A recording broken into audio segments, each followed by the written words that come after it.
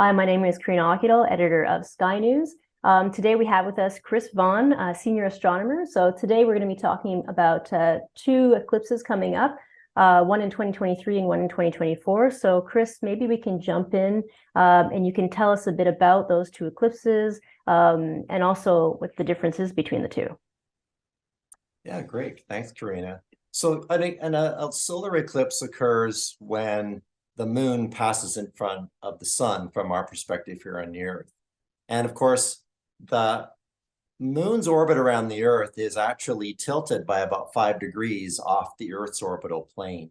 And if that weren't the case, then we would have solar and lunar eclipses every single month. But most of the time, the moon passes above or below, south or north of the sun. And so nobody gets an eclipse during the new moon phase. But when the new moon phase occurs or close to the place where the two orbits intersect, which are called nodes, then it sets up the circumstances for a total eclipse. Now, most of the time, a solar eclipse is accompanied by a lunar eclipse because the new moon and full moon occur only 2 weeks apart. And in that 2 weeks, the position hasn't drifted too far off those node positions in space. So what's going to happen in this year and next year are two solar eclipses accompanied by not so exciting lunar eclipses, which we can talk about another day. Now, at the same time as all that's happening, the moon's orbit around the Earth is not circular, it's elliptical. And that means that the moon spends some of its time a little bit closer to the Earth and looking a little larger in the sky, and then a little bit farther from the Earth and looking a little bit smaller in the sky. And it happens that in October of 2023, October 14th, a solar eclipse will happen while the moon is at close, or a few days after apogee, its farthest distance from the Earth in its orbit. And that means that the moon won't be quite big enough to cover up the sun. Now, an interesting fact of nature, just luck, I guess, is that the moon is 400 times smaller than the sun, but the sun is 400 times farther away than the moon. And that's why when a solar eclipse happens, they're exactly the same size most of the time, and the moon can exactly cover up the sun. It's really a fascinating luck that we have for us humans here on Earth. So in October, the moon will be a little bit farther from the Earth. So when the solar eclipse happens, it'll produce what's called an annular eclipse, where there'll be a ring of sunlight still visible around the moon's disk in the sky. Now, solar eclipses are never safe to observe with the unaided eye or unfiltered eyes or cameras or telescopes. And in particular, that's true for annular eclipses when the sun will never be completely obscured by the moon. So you mentioned safety in that comment. Maybe we can kind of look at that in more detail.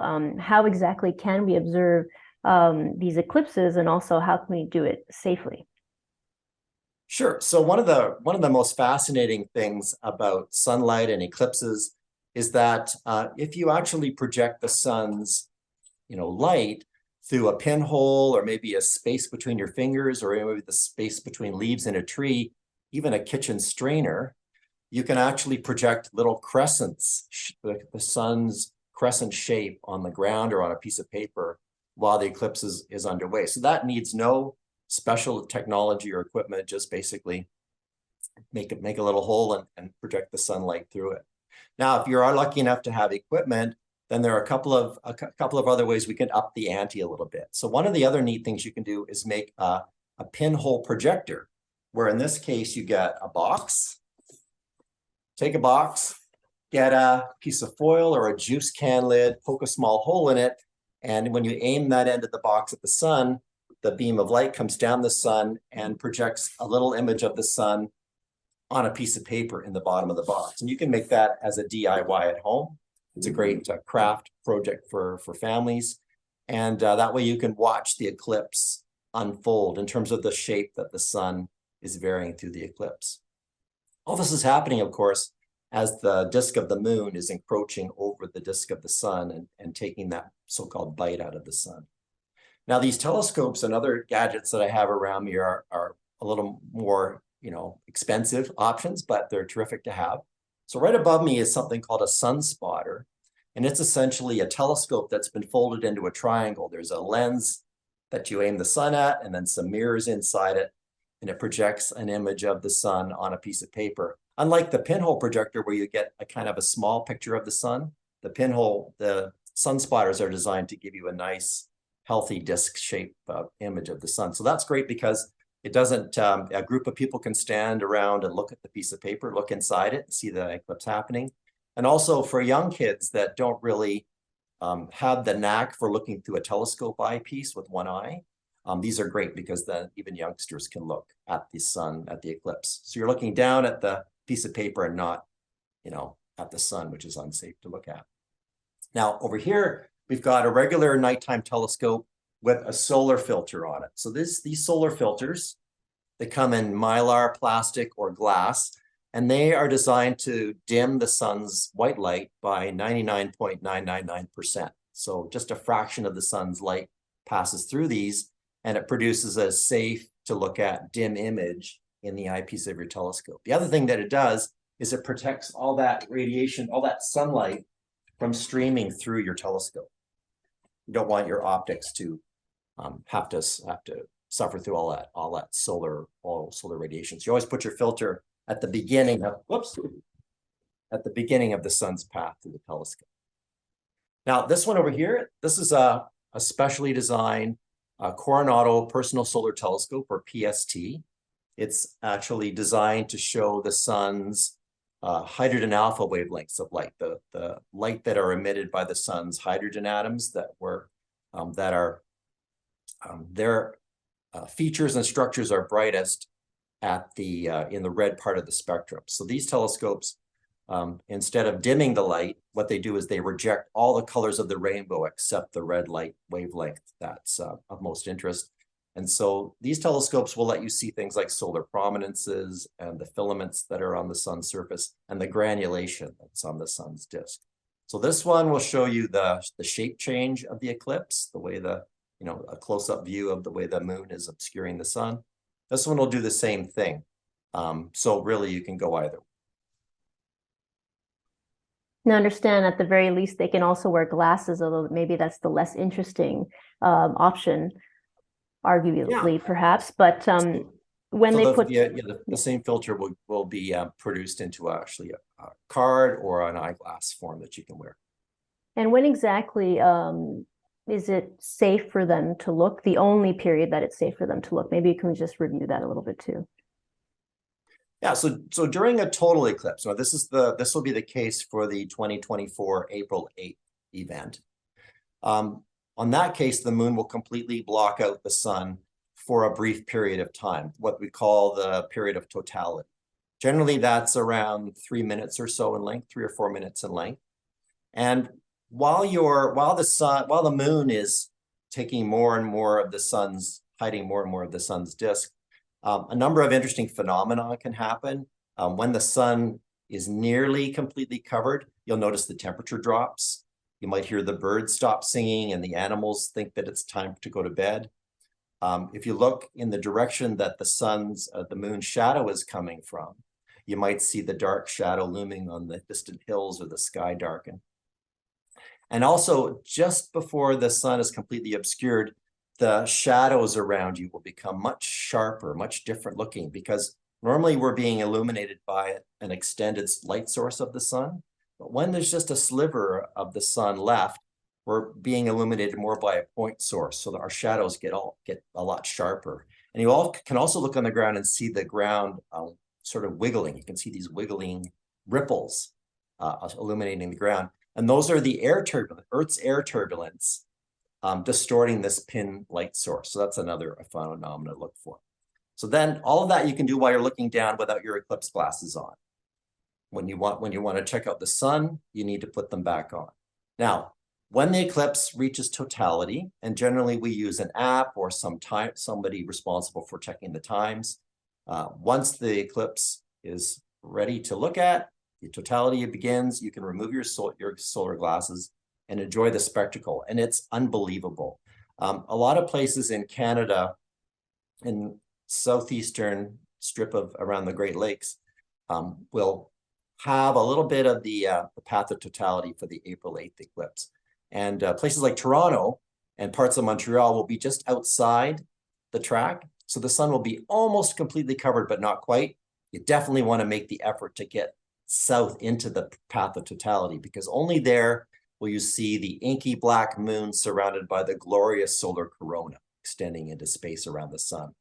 And then in spots around the moon's limb, you'll see bright orange or pink specks of light, which are the prominences, the solar prominences that are extending beyond the moon's limb. So you want to get into the path of totality if you can possibly manage it. So once you can enjoy that view, all during the several minutes of totality, a lot of people will be worrying about getting images and photographing the event as well. And my advice is to know what you're doing. But if you're not 100% confident in your equipment, don't worry about it. Enjoy the spectacle with your eyes, at least the first time, and then pick another eclipse to do your imaging. Because there's nothing worse than having something go wrong with your camera and you're busy looking at your camera and you're missing the event. So please take advantage of the spectacle. You want to be watching the time, because at the moment that the eclipse is over, then you want to be just before the eclipse is over, you want to put those eclipse glasses back on. One more thing you can look for just at the beginning and the end of the totality period is something called Bailey's beads. And that's an event where the valleys between the peaks on the moon's edge are still allowing a little beam of sun to pass through them, and you get these little spots of light around the edge of the moon. So those are all the really interesting things you get with a total eclipse. So none of that for the October 14th eclipse, but definitely make the effort for the April 8, 2024 eclipse. So I have a bit of a follow-up. So there's a lot of excitement around this total eclipse. What about the annular eclipse? Is that something still worth making the effort for? Well, it's interesting, but you don't get all of the other phenomenon that I talked about. You don't get the inky black moon, the corona, the prominences, the ripples on the ground. You really don't get that.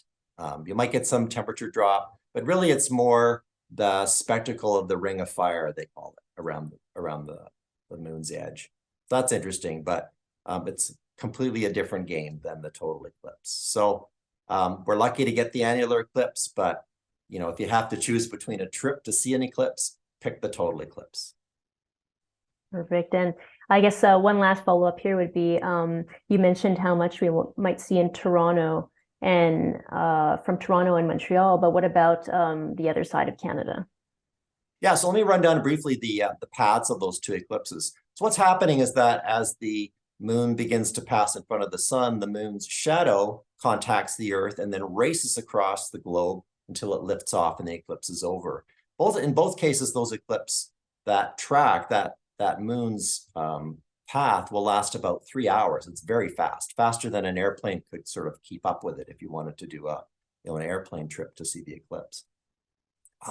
In the annular eclipse, the moon's shadow will first hit the earth in the sort of North Atlantic Ocean off the west coast of, say, Seattle, that sort of area. And then it'll race southeast across the United States, and then sort of enter into the ocean on the other side. So that means that folks living in British Columbia, southern British Columbia, Vancouver, Victoria, they'll see almost a total annular eclipse. In their case, they won't get the ring effect because you really only need to be within a track of about 180 kilometers wide. But they will see the sun, nearly or substantially covered by the moon, maybe 95%, 90%. They'll get quite a spectacle. For them, the sun will be relatively low in the sky. It'll be early morning. For those of us in the more easterly parts of the country, we'll see the moon cover less and less of the sun's disk, but the sun will be higher in the sky for us. So that's the annular eclipse.